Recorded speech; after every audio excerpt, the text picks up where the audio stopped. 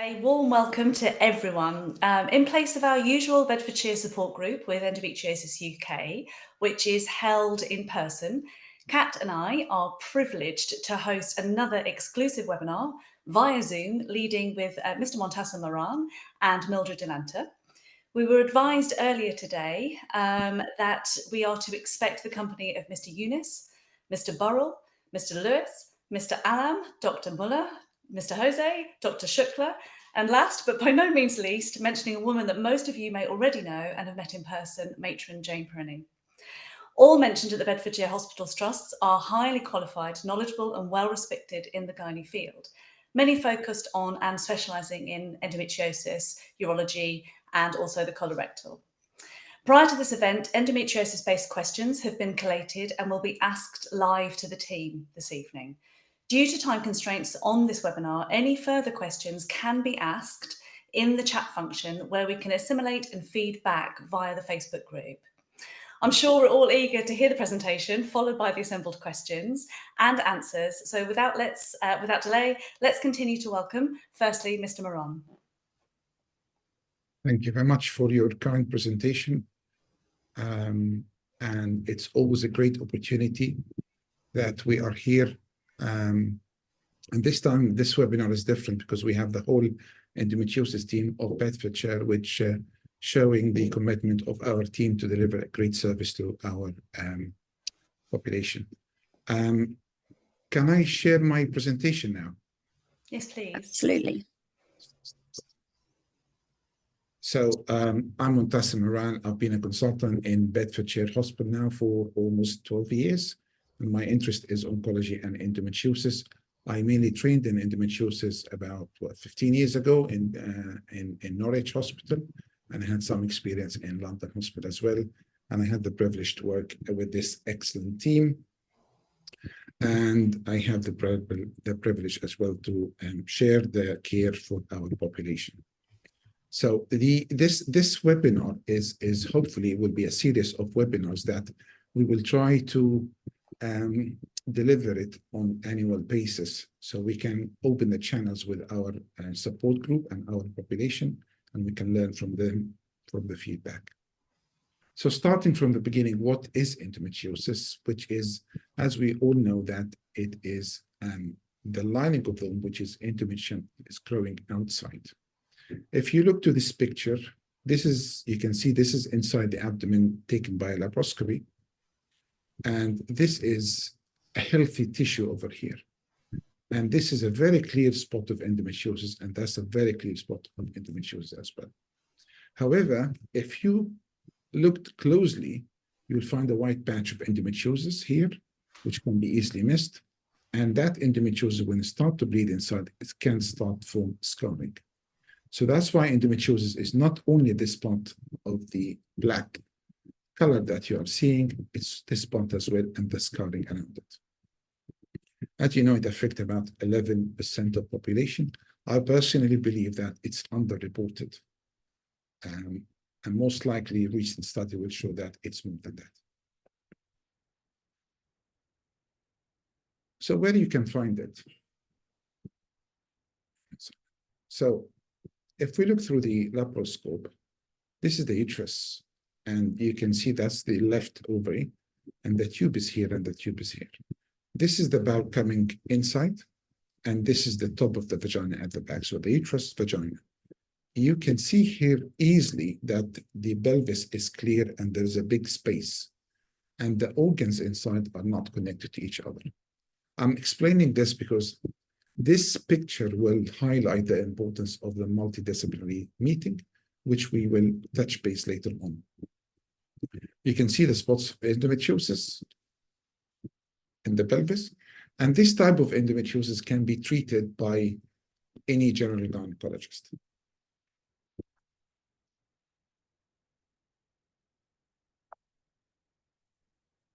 So what is the challenge in endometriosis? Well, the challenge is not the endometriosis. The challenge that there is more than 1.5 million women in UK who actually suffering with this problem. That make it difficult sometimes to diagnose, and sometimes it can take up to 8 years to diagnose this problem. Hence, one hospital or one unit or one support group can't tackle this problem and sort it out. And that's why we have to work as a group. We have to work as a team. And that's why we have this type of seminar and connection between the tertiary unit, the secondary unit, and the support group and the GPs, who we have another challenge of communication with them. So we must and we need to work together. So the objectives of this webinar is to share the ideas. We need to introduce our team, who is essential part of this service to the community, and people know who are seeing. We need to share what we have developed and what we are delivering to our population. And also, it's very important to listen to your feedback. When we organize the service, we would like to listen to what is the best way we can make it patient-centered. And also, it's very important to answer all the questions, or most of the questions, if we can. So the start of the journey. The journey starts when young ladies start to have pain, pain during intercourse, and pain during menstruation, pain during ovulation, pelvic pain, which actually can ruin their life. And the start of the real journey starts when someone starts to listen to them and take them seriously and think about endometriosis. That's why the national standard highlighted that it's very important that the primary treatment of endometriosis has to start with the GP. So if someone with pelvic pain needs to see the GP, and the GP needs to start the treatment, which is simple analgesia or some sort of contraceptive pills. So does everyone need to be seen in endometriosis center? The setting around the NHS hospital is that most of the hospital need to be an endometriosis clinic or have some expertise in running endometriosis. So most of the NHS hospital have a gynecologist with a skilled in laparoscopy and kind of nurses who had some experience in treating patient with pain, and again, being able to refer to a pain management and some sort of basic understanding of the imaging to diagnose cyst or to diagnose fibroids. And also all the NHS hospital has a direct referral to the fertility service. Now there is a new proposal from the British Society of Gynae Endoscopy, the BSG, that every unit or every hospital will have an endometriosis unit to build the skills. And those units, when they have a very complex cases, they refer them to a center which has more advanced criteria. So this is very important because one center can't manage all the problems. However, most of the women with endometriosis, this 1.5 million women with pain, can be managed with medical simple analgesia or can be managed with contraceptive pills. And standard gynecologists will be able to manage most of the problem. When it's complex or difficult or challenging case, this is where the role of endometriosis center will come in to help with the patient. However, in the whole journey, the most important is to listen to the patient and try to make it as quick as possible to receive the treatment, and also to start the treatment the primary care. Now, if you remember that we went through this picture before, and you can see that's the uterus again, ovary, bowel is coming here, that's the pouch of Douglas, that's the vagina, and that's the bowel. If you compare to this is maybe stage 1 or 2 endometriosis. If you look to this different patient, you can see the uterus is there, the ovary is stuck under scarring and adhesions, the bowel is coming and stuck to the back of the uterus. The right ovary has collection of blood in it, which is endometrium. You can see the difference. This one, there is bowel involvement, so it's a deep infiltrating into the bowel, and the ureter is coming here. It's a bladder, it's a ureteric involvement, so it's another deep infiltrating into the ureter. And those are the kind of cases that need the expertise of endometriosis center. Just to highlight about a surgery for this case can be half an hour to 1 hour. A surgery for this kind of presentation can last between 4 to 6 hours. and it showed the importance of patient selection in the endometriosis center. So the cases that we can see in endometriosis center or refer to the center, usually the complex cases, difficult cases with like high BMI, someone had multiple problem in the past with multiple surgery, or the endometriosis recurrence, or other type of endometriosis which is affecting the bladder or bowel, or other appendix or small bowel as well. So the idea of the endometriosis center is to have an MDT, multidisciplinary team approach. And this means that we need an advanced laparoscopic surgeon or advanced robotic surgeon, and advanced training in laparoscopy or robotic, in addition, who works hand in hand with a colorectal and urology. We should have an endometriosis specialist nurse who actually listen to the patient and be the front line, who in fact support the patient, also be the first link between the patient and the center. There should be direct referral to the management team, and we should have an experienced radiologist who will be the eye of the center, and I will come and I will highlight more on this. Fertility service, it's always linked to endometriosis, and we are opening challenge with our fertility colleagues about trying to fast track the fertility patient because the fertility pressure. Now, that's why about 10 years ago, Stephen Barrell, who is one of our consultants who's retired now, and Sister Jane has established the Endometriosis Center, and that was on Luton site. I think now it's 12 years, and the center has been growing and growing and growing. Stephen retired, as I mentioned now, and Jane now is the lead gynae nurse who is covering the and supporting the center and all the other nurses in gynecology. Now, meet the team now. We have our lovely Mildred. Mildred is the endometriosis nurse. She is a good listener, and she always support the patient, always try to deliver the best care, and always try to get the patient the treatment done as soon as possible. So Mildred is our cornerstone in this service, and we can't work without her. And I'm sure all of you know Mildred and has been talking to her. Now, Dr. Shukla is, as I mentioned, is our endometriosis eye. Now, anyone can do an MRI scan, and anyone can give a small, a standard report on MRI scan. Dr. Shukla has been the lead imaging radiologist for gynecology, and she has vast experience in scanning and ultrasound scan and MRI scan, and I'm pleased that she's joining us today, and she's overseas during her holiday, and she's joining during this webinar. So thank you very much, Rashna. The importance of the imaging is that it tells us exactly how deep the endometriosis is into the organs, like the bowel or in the bladder or the ureter. So that will help us to counsel the patient and discuss with the patient what kind of surgery, whether it's a straightforward surgery or whether we need a bowel surgeon or urology, or also whether we need to do a bowel resection or disc resection. Without the help of Dr. Shukla, we wouldn't be able to achieve this. And in fact, she's outstanding. I've worked in multiple with multiple endometriosis team, and I can say that yes, it is Dr. Shukla provide a very big difference. Mr. Yunus is another pillar of our center. He's a robotic and laparoscopic surgeon.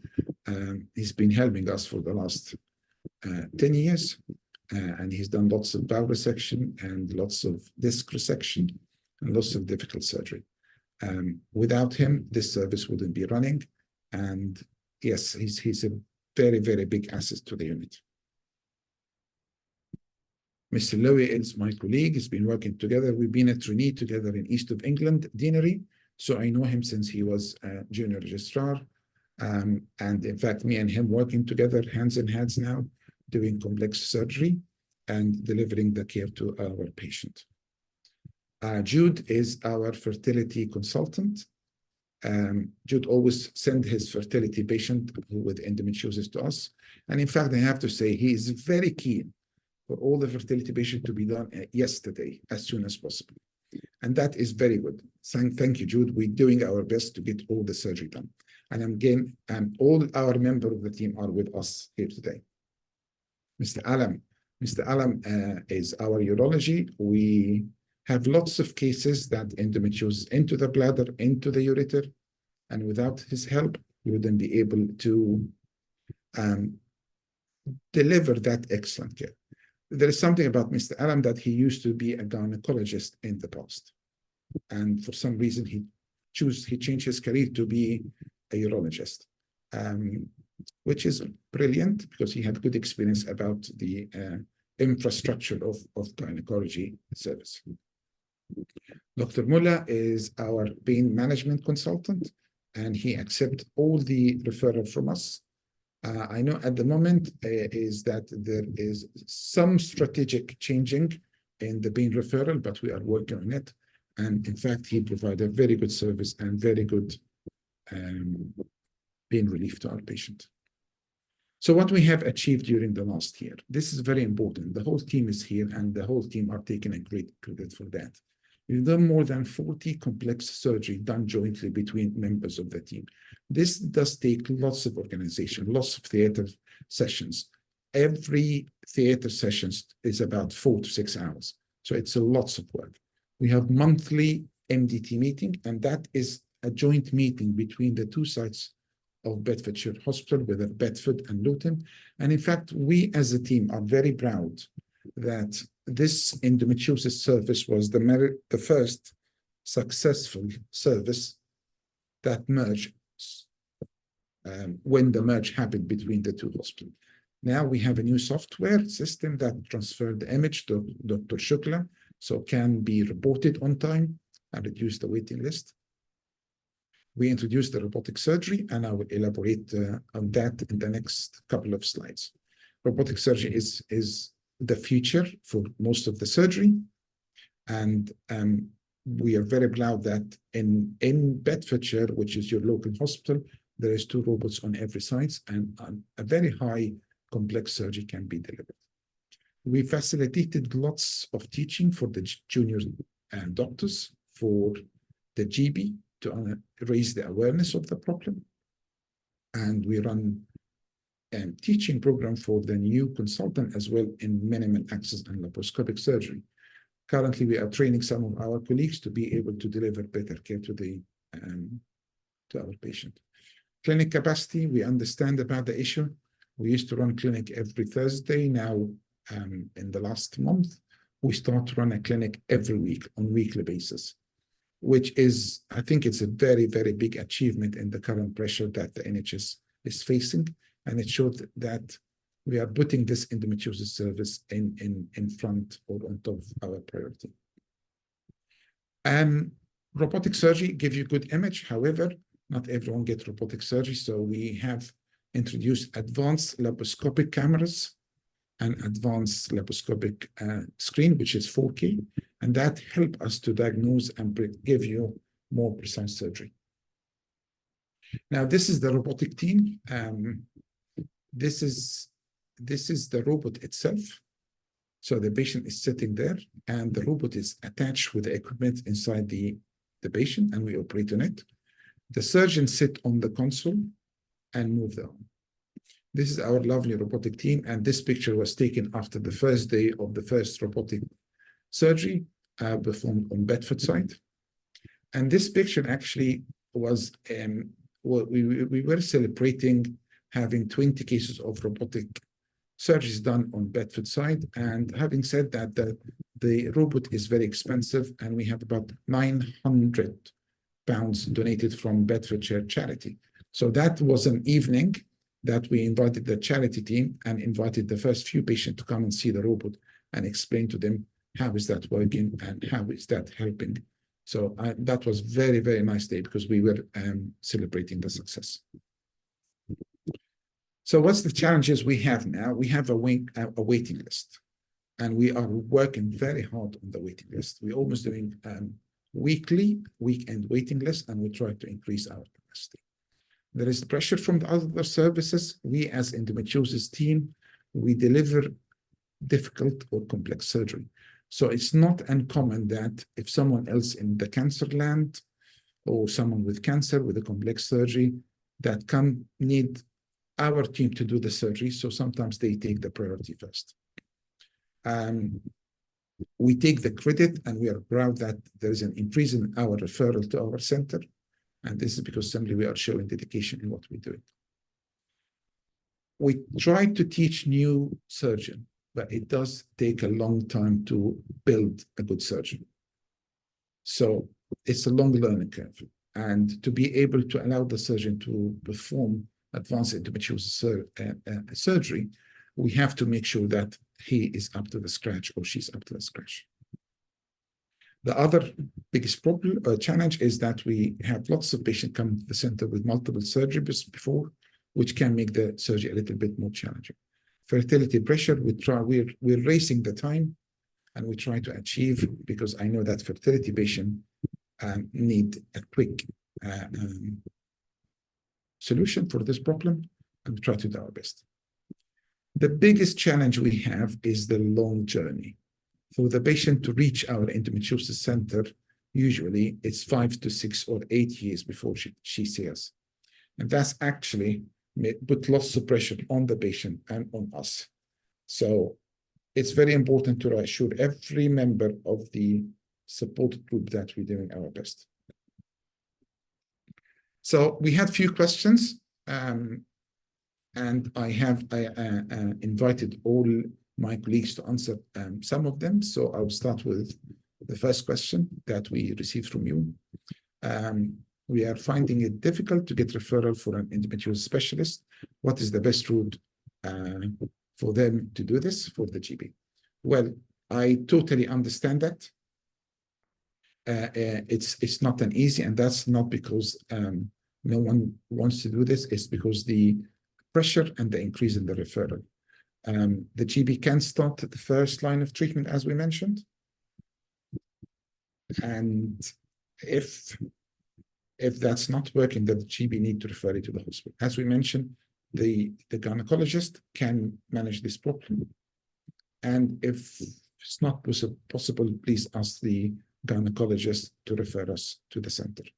We have reduced our waiting list. It's not 12 months now, and that was the second question. And we are trying to get shorter waiting time for our appointment. So we'll go to the third question now, which is for Mildred. Mildred, if you can answer that, please. Recently diagnosed, where do I go now? How can I help myself until I am seen? Yes, so Mr. Mar mentioned earlier about being diagnosed. I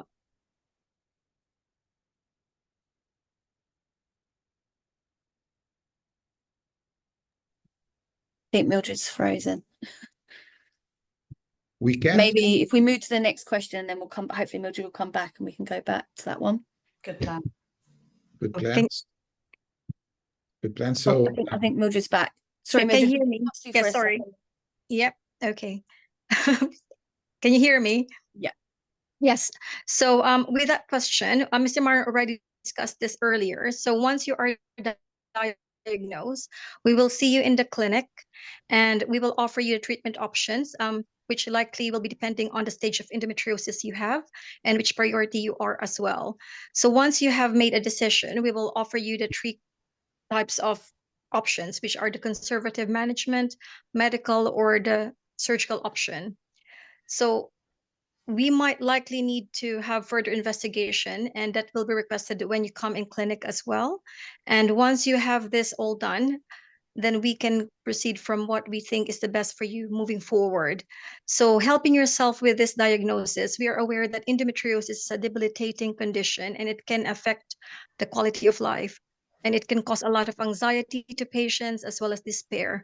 So helping yourself means that you can limit yourself from being stressed.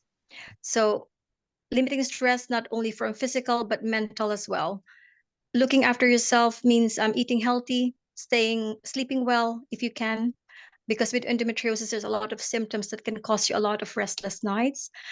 We can always stay motivated, so we can do exercising, maybe mindfulness technique or CBT, which can help, and finding support with your family and friends, as well as joining support group. And I always signpost all our patients to the Endometriosis UK.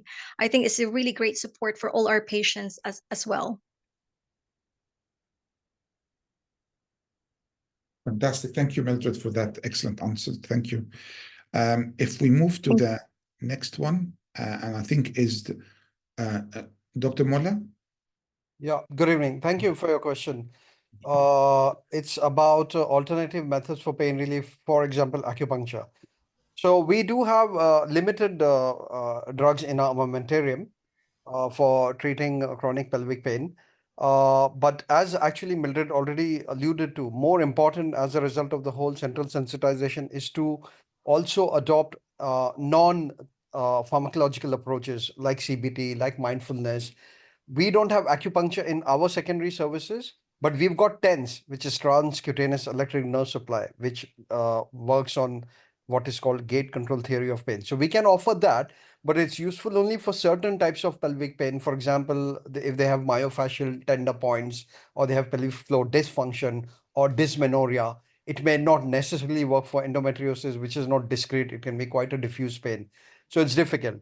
But for purposes of evidence of acupuncture, yes, there is something called Baleo acupuncture, which are acupuncture points in the sacral foramina and the scalp, B31 to B32. And if those are stimulated, then the patients can get benefit for pelvic pain. But the GPs may have to fund it in the community, because in secondary care, we don't have it, I'm afraid. I hope that answers the question. Does answer. Thank you very much. But so, and I think the next one is for Louis, and it's about Zoladex prior to the surgery. And do we if there's any reason for this giving? It has lots of side effects. So, Louis, thank you very much. Thank you. I don't know.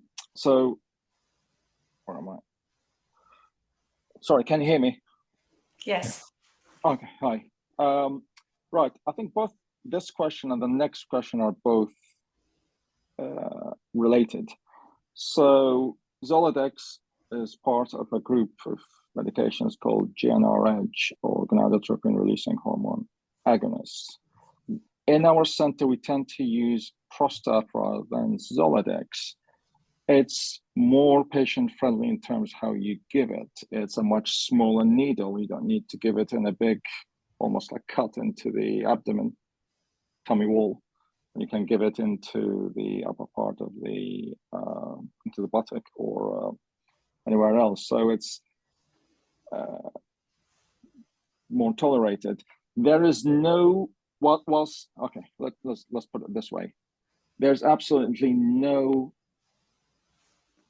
confusion that giving the GnRH agonist after surgery makes a huge difference in the sense that it minimizes the risk of recurrence of the disease, definitely at 12 months, and there's a lot of evidence for that. In terms of giving it prior to the surgery, yes, it does have some side effects, predominantly effect on the bones, hot flushes, night sweats, irritability, and initially there's this curve that will make symptoms worse in the first couple of weeks before they start making it better. From experience, and this is not just me or Montasser, but across many other centers, it makes a huge difference to the surgery. It minimizes the inflammation, it minimizes the effect of the disease, so you can resect it clearly. I'd like to mention that endometriosis as a disease, surgery only plays part of the treatment, and it's not the only part. It's predominantly a disease that you will need to treat it medically as well as surgery, the surgery playing a part in that. It's in essence, it's an endometriosis an estrogen-dependent disease. So the way the ups and downs with the estrogen, you need to neutralize that with progestogens, or to stop the production of estrogen, which happens with the prostate. So in answer to this specific question, yes, it makes a difference to the surgery, minimize the risk of complications, in my opinion, and it aimed to get a more crisp and cleaner surgery, and in my opinion, it makes less risky, because it can be associated with risks as with any surgery. Is there what's called a level 1 evidence, i.e. randomized controlled trials, say if you don't give Zoladex versus giving Zoladex? Well, unfortunately, as it stands, there is none, but it's observed across multiple centers and by many surgeons that it has a significant effect. Now, how can you minimize the side effects of that? Well, you can give what's called add-back therapy, which I think what the next question is. And that's either we give tibolone, which is a low-strength steroid, which has an minimal estrogen, progestogen, and androgenic effects. And what does that do? It minimizes the side effects of the disease without having an effect about the decreasing the inflammation, which is what we aim to get with the with giving the injections prior to the surgery. You can give a standard HRT in the form of patches, and that will be more appropriate if you're planning to give this prior to the surgery. In my opinion, the patches do not increase the risk for clots to legs and lungs, which can be a risk associated. Well, that risk will increase with the surgery. So when you give the patches beforehand, you can carry on having the patches till the day of the surgery and afterwards, because it's advisable to give prostate for a couple of months afterwards, which nobody argues that it won't minimize the risk of recurrence of the disease, which is what the aim of all of that we do. So in summary, it's advisable to have the injections after the surgery.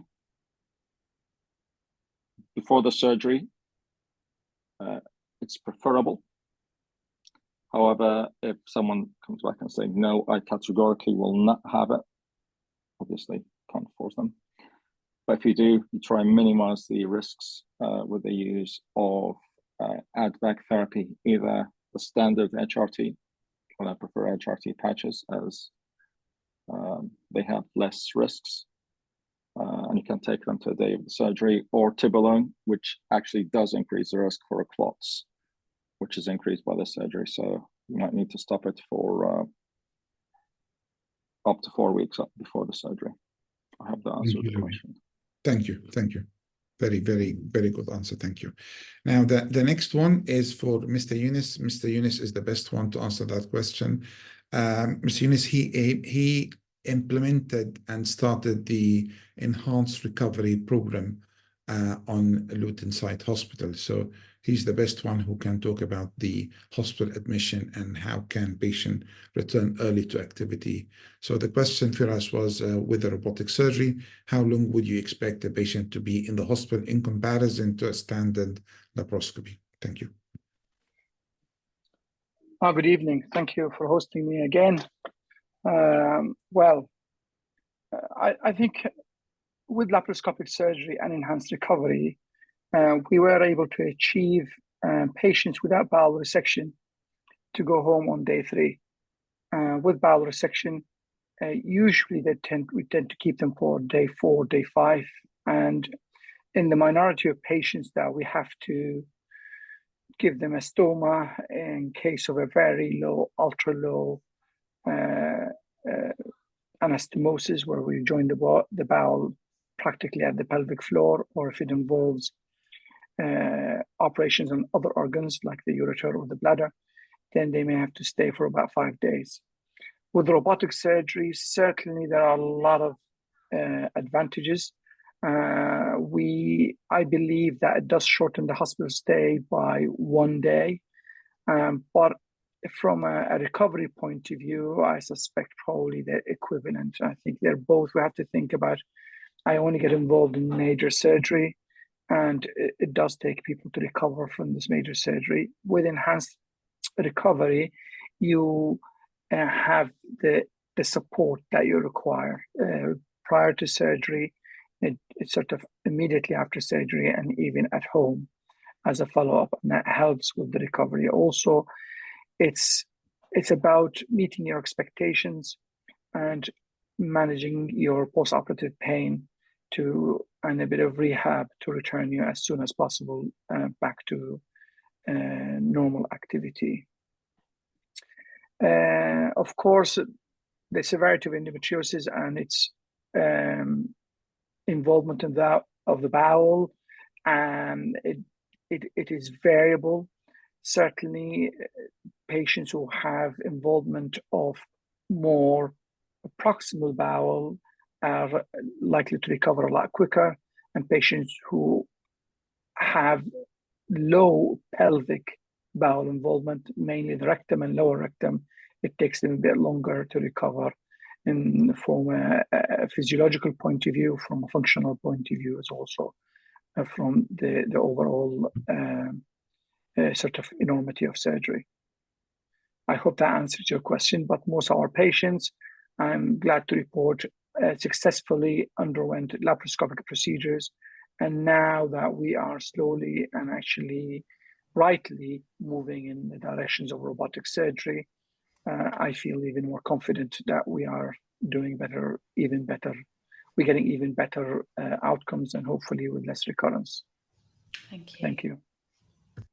Well, having said that, it's so far we are using the robot mainly for advanced complex kind of surgery. We can't compare the hospital, say, for complex laparoscopic surgery, for complex and robotic surgery to a standard laparoscopy, but definitely there is a significant improvement. Jude will kindly able to answer there's two questions actually for you, Jude, if you don't mind. One is the first one, which is how can diet minimize the flare-up of endometriosis? And then, and the second question was for yourself, which is, does endometriosis affect the success rate of IVF? Right. Thank you. Good evening, everybody. I'll start with the first question. Diet and endometriosis. This is one area further research is needed to substantiate whether there is any specific diet which can decrease the flare-up of endometriosis.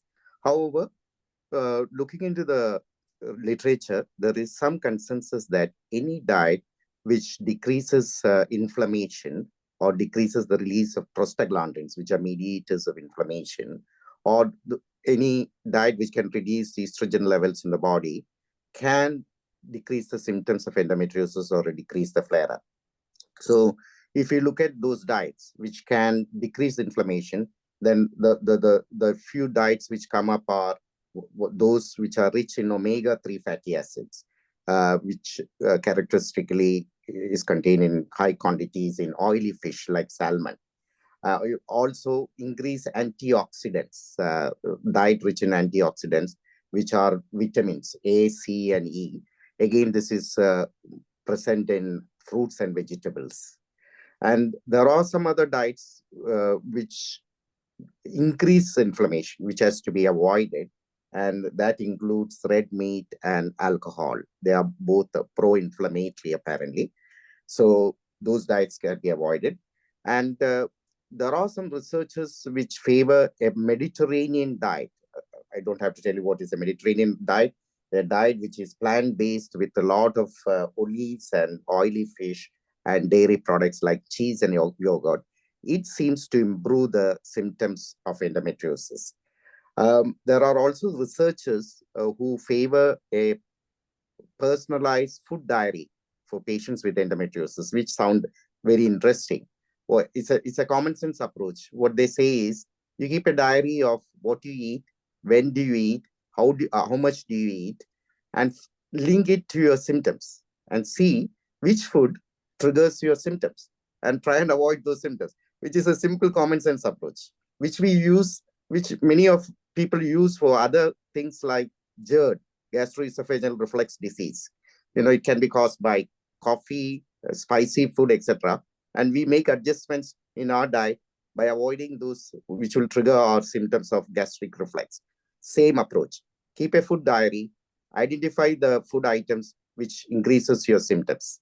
The funda for this is there's quite a lot of overlap between GI symptoms and endometriosis. In fact, there is a study which says that there's a lot of overlap between irritable bowel syndrome and endometriosis. And people with irritable bowel syndrome, the diagnosis can be delayed by longer than 8 years. The diagnosis of endometriosis can be delayed, and they are 2 times more risk of developing endometriosis. So definitely there is a link between bowel inflammation and the symptoms of inflammatory disease like endometriosis. So in one answer, in a nutshell, I would say we need more research to find out a diet which can decrease the symptoms of endometriosis. But it would be interesting to keep a food diary which can help you to find out which are the possible food items which trigger the symptoms and avoid that. So that is for the first question. Moving on to the second one, how does endometriosis affect the success rates of IVF? Now, in simple terms, the more advanced the endometriosis, the more chance that it can affect your IVF outcome. There are no randomized controlled trials comparing the success of IVF in patients with endometriosis against those who do not have endometriosis. But there are plenty of observational studies.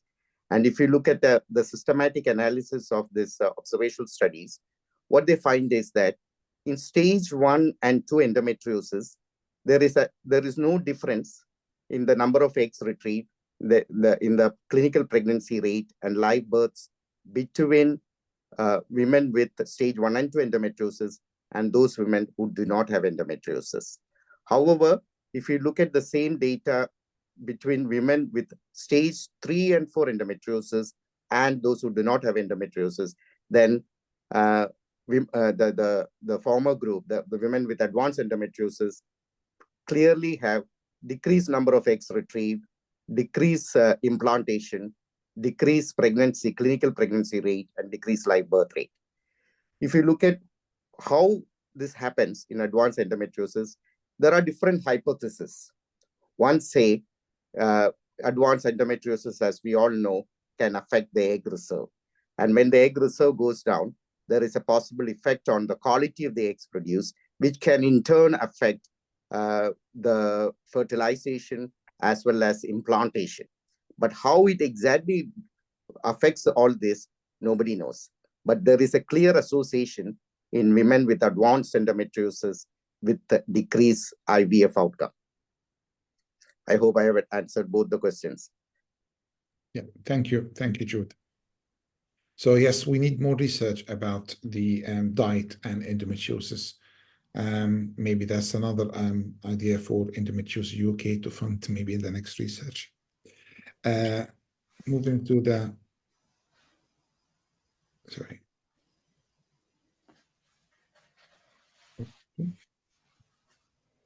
Moving to the, what happened now?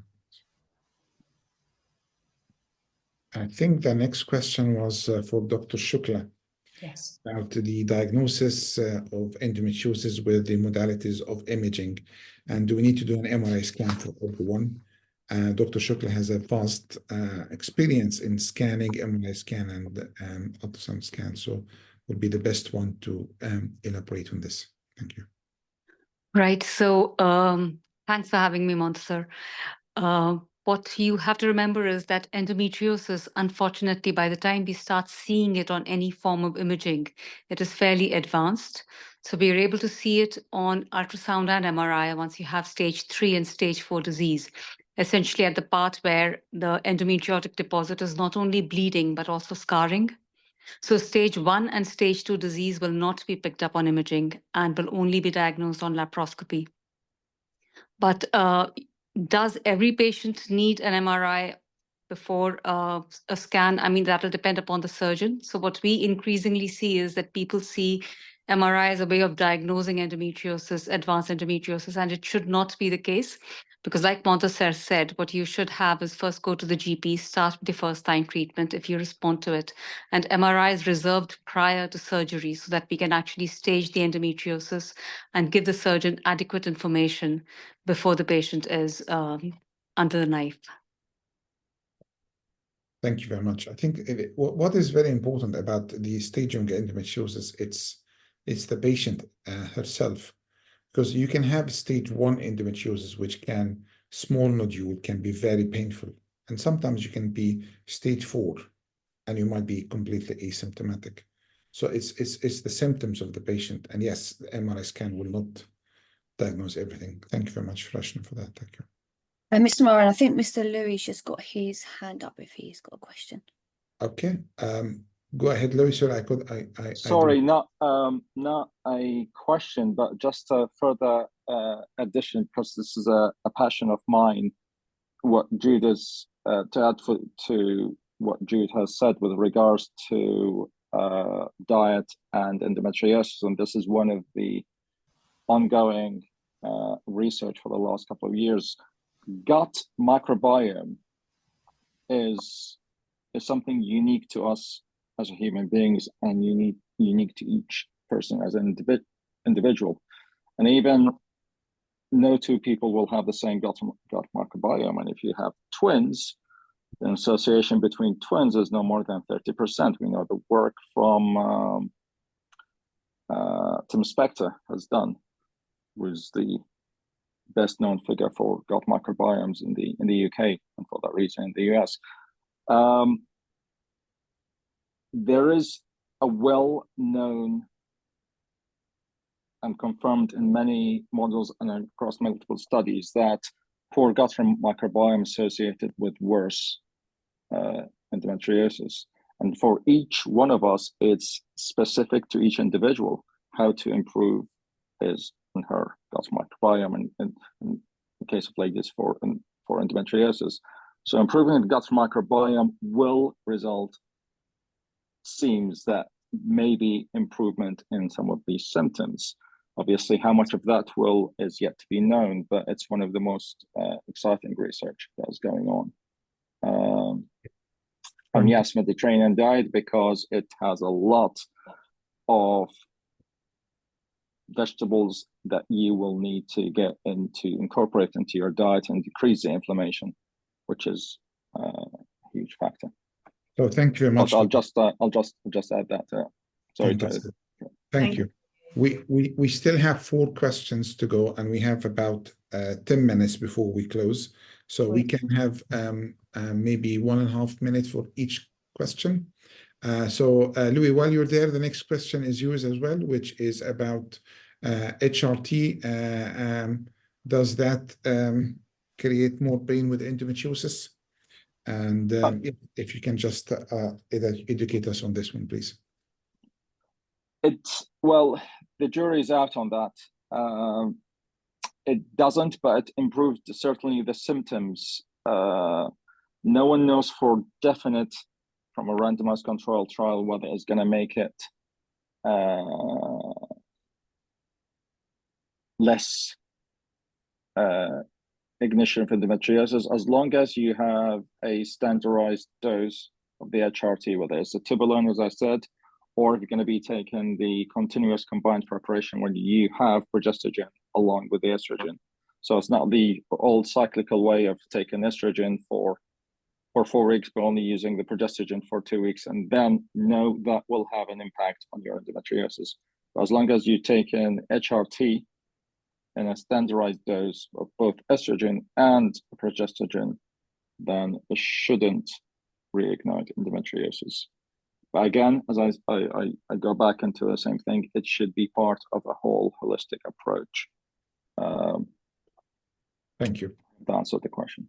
Fantastic, thank you. Mr. Allen, you've done lots of endometriosis, you've done lots of gynae in the past, so if you can tell us what is the experience about the endometriosis affecting the kidney, the bladder, the ureters, and what symptoms we should look for it, and when do we think, oh, there might be a bladder endometriosis there?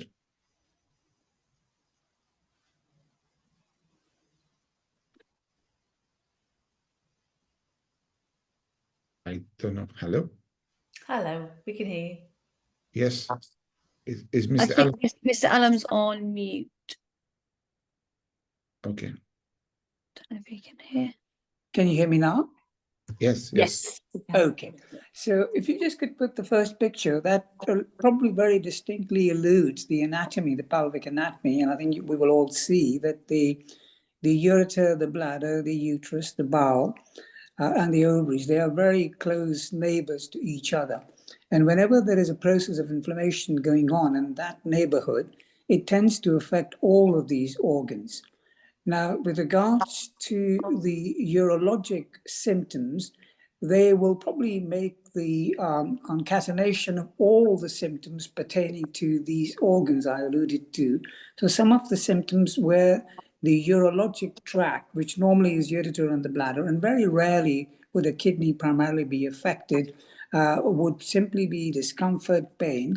But if and when typically the bladder is affected primarily, one would see either hematuria, largely related to the catamenial cycle, and we would investigate the hematuria anyway, and by total serendipity, we'll find that there are endometriotic nodules within the bladder. With regards to the involvement of the ureter, which again, if one focuses on the picture Mr. Maran is showing, the ureter is an innocent bystander where the inflammatory process is going on and it gets withdrawn and gets cicatrized or narrowed, or there is a nodularity which obstructs the ureter, and as a result, there will be back pressure proximally towards the kidney, and you may get pain, but largely it's a very silent process. So the symptoms that we tend to ascribe to the urinary tract would be part of the normal general symptoms: suprapubic discomfort, pain during intercourse, but hematuria is most pathognomonic of the endometriosis, involving the bladder as well as the other adjacent structures. Will that answer your question, Mr. Maran? Yeah, I think that's very important. It's just that because lots of ladies might be seeing the urology team for bladder pain, and when we diagnosed them, we found that there was actually, it was an endometriosis. So I think what you mentioned is very important, and I think it's the whole point is think endometriosis, which comes to the training and education and raising the awareness of this. Sure. There is, if I may, I think I may have already used the time, but just slight addendum, which I think falls up Dr. Muller's street, and that is that sometimes you may not necessarily find endometriotic nodules or inflammatory process in the common places which you spoke about, but certainly in the where the nerves are. And those patients will have very typical excruciating neuropathic pain, and some, Dr. Muller would recall, may come directly to him without any other associated symptoms. And I think that's where we really, Dr. Shukla really come to the fore, and she's able to, either through advanced ultrasonography and MRI, could point us to the direction primarily of the nodules in the sacral trunk area, or the sympathetic, parasympathetic and sympathetic trunk area, and the pelvis. Yeah, that's good. And that will take us to the next question, which is the same question, but this time it's not the urinary tract, it's the bowel. So if Firas can update us about bowel and endometriosis, what symptoms, what do we look for, please? Hello again. It's very variable. 90% of the bowel involvement is incomplete. It's partial involvement and not full thickness. Very rarely you see full thickness involvement that extends from the outside of the bowel wall all the way to the lumen.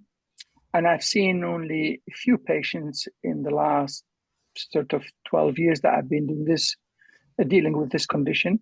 And that's why it's very poorly diagnosed. As we know, it's the vast majority of patients who actually have irritable bowel. If you look compared to male, the vast majority is females who complain of IBS symptoms or irritable bowel syndromes, and tend to be from the age of, let's say, 18, 20 to the age of 45. And I suspect a lot of ladies who actually have irritable bowel, not a lot of them, but some of them who have it, may have endometriosis because it's an inflammatory condition. It affects the nerves. It causes pelvic this sort of irritation, pelvic nerve irritation, and can that cause bowel disturbance, bladder disturbance? The bowel lies behind the vagina, the uterus, and the cervix, and the space between those structures, between the uterus and the bowel, called the pouch of Douglas. When you have endometriosis that's involving the pouch of Douglas, then that causes adhesions, and that space, potential space, does not exist anymore, and you've got basically frozen pelvis. The vast majority of patients that we come across is they have superficial involvement that involves the fat pad of the bowel.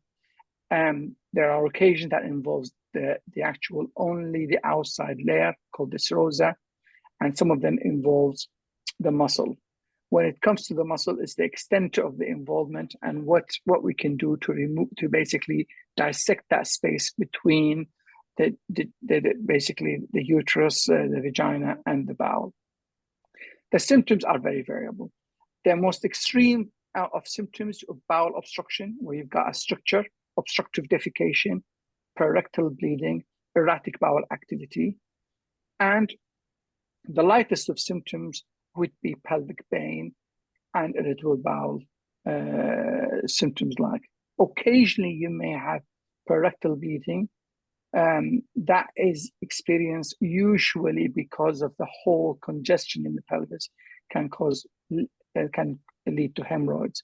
And that sometimes the patients, when they present, we actually diagnose them with endometriosis because they have a whole list of symptoms and it's cyclical. Usually, ladies with endometriosis have their worst bowel disturbance and pelvic pain just before their periods and during their periods. Thank you. Thank you, Firas. And I think we're coming almost to the last question, which is, do you have plans for all the endometriosis patients to have robotic surgery, or it's for complex surgery? So in the short answer, in 2024, yes, it's mainly for the long, complex, multidisciplinary surgery.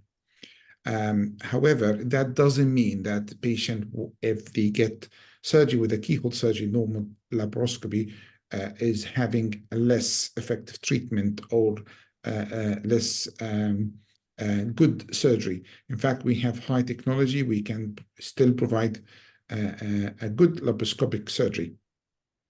Now, we did work hard to get the 2 robots for the hospital, and I'm sure in the future we'll start getting more robots for the hospital, which means in the future things are going to change. And I think 10 years down the line, everything will be done robotically, but we have to wait and see. I think now we came to the end of the questions, and that's almost 8 o'clock. And I want to thank everyone for inviting us, and I want to thank all the patients who joined us. And I want to thank Endometriosis UK, and I would like to thank all my colleagues who gave their time to show the dedication to deliver the care to the service. And the last message I want to tell our patient that you have a team in Bedfordshire that really care about you, and we're doing our best to look after you. Thank you. Amazing. Thank you. And we just want to say thank you all for taking your time this evening and sharing your knowledge. It's invaluable to our group of ladies and to us. Every time we listen to you all speak, it is fascinating, and I really hope it gives sort of some clarity to people. Also, thank you to the ladies that have attended tonight. This will be recorded, so if you need to watch anything back just to sort of refresh your memory, or perhaps you want to share it with your family to help explain the condition, that can also help too. So yeah, just on behalf of Debs and I just really want to say thanks for that as well.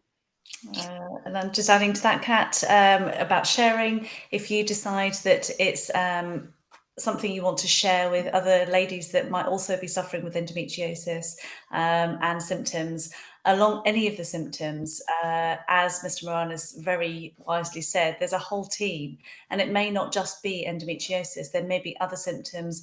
When you start the journey, when you're first diagnosed, we're often told it's IBS. It could be something to do with the bladder. It could, because it presents in so many different ways. So if you think that somebody else might be suffering or living with endometriosis, please feel free to share it. Point them to the website at the Bedfordshire Trust hospitals as well, or get in touch with us on Facebook via the Hearts and Beds Endometriosis UK support group, or go straight to Endometriosis UK onto their website as well, and we will do our best to try and help wherever we can.